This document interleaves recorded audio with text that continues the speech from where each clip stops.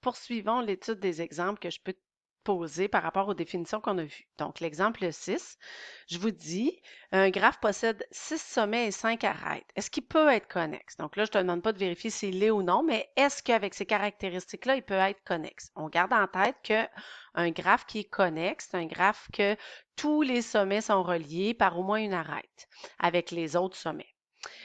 Donc, on s'est donné comme critère qu'au minimum, pour qu'un graphe soit connexe, il faut que le nombre minimal d'arêtes pour que le graphe soit connexe, c'est le nombre de sommets moins 1. Donc, allons voir si j'ai 6 sommets et 5 arêtes. Est-ce qu'il peut être connexe? Bon, est-ce que ça respecte mon critère? Donc, le nombre de sommets moins 1, j'ai 5 arêtes, donc oui. Dans ce cas-ci, je pourrais dire que oui, mon graphe, il peut l'être. Tandis que si j'ai 8 sommets et 7 arêtes, ça respecte-tu mon critère?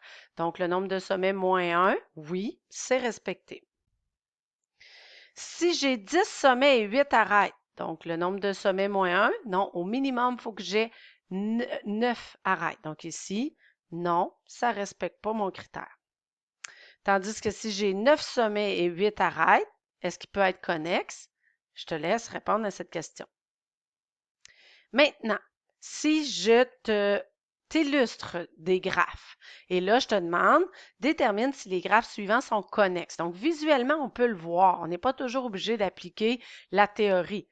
Donc, ici, pour qu'ils soient connexes, il faut que tous les sommets que tu as dans ton graphe soient reliés au moins à tous les autres sommets par une arête.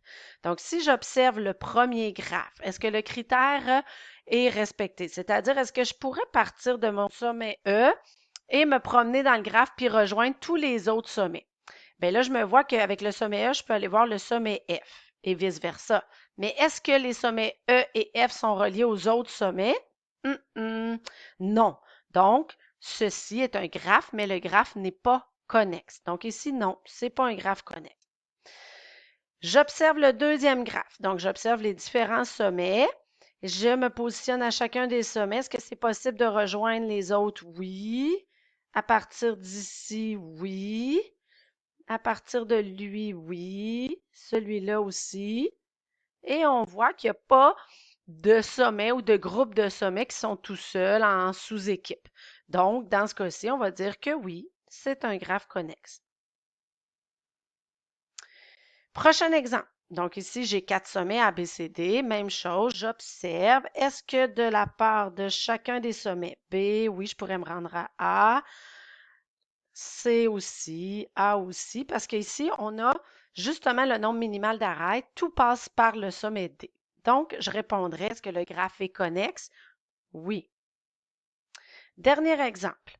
Dans ma situation ici, j'observe du sommet 6, je peux me rendre au sommet 5, je peux me rendre au sommet 4. Est-ce qu'avec mes autres sommets, sommet 3, je peux me rendre au sommet 2, je peux me rendre au sommet 1? Est-ce que les sommets en jaune sont connectés avec les sommets en vert? À toi de répondre. Donc, est-ce que ce graphe-là, est-ce qu'on peut dire qu'il est connexe? Oui ou non? Donc, à toi de répondre à la question.